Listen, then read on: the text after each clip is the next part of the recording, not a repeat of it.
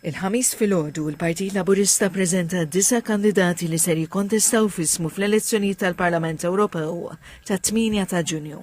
Il-kandidati huma Alex Agius Saliba, Claudette Bella Baldacchino, Daniel Attard, Clint Azzopardi Flores, Thomas Bajada, Jesmond Bonello, Steve Allul, Jesmond Marshall u Maria Serra Vella Gaffa.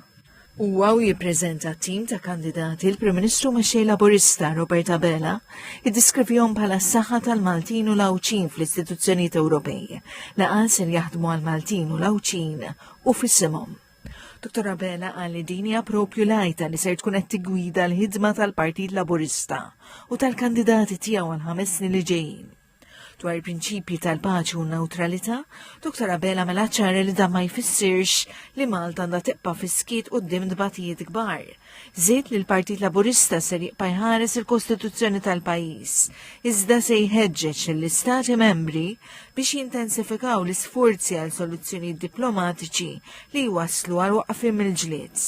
Għalhekk qal li l-kandidati tal-Partit Laburista ser jagħtu priorità wkoll il-ħarsien tal-interess nazzjonali, id-difiża, is-sigurtà, il-politika fiskali, it-tassazzjoni u s-saħħa. Wera l-fema li bil-kompetenzi nazzjonali l-pajjiż aġġusta u adatta l-ċirkustanzi partikolari, irrefera għal miżuri li tieħdu biex jitħarsu l-impjiegi, l-ekonomija u x-xogħol fosthom fi żmien il-pandemija.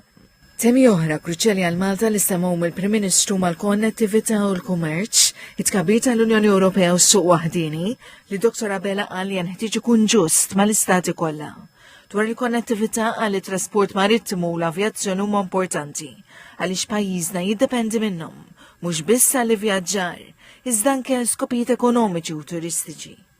Il-Prim Ministru żied li l-Ewroparlamentari li ser jiġu eletti f'isem il-Partit Laburista ser jibqgħu jżommu sod biex il-pajjiż jibqa' jipproteġi lil ħaddiema, il-familji u n-negozji u jagħtu serħan moħħ u stabbiltà. Weda li qal hija riflessa fit-tema tal-kampanja is-saħħa lil Maltin.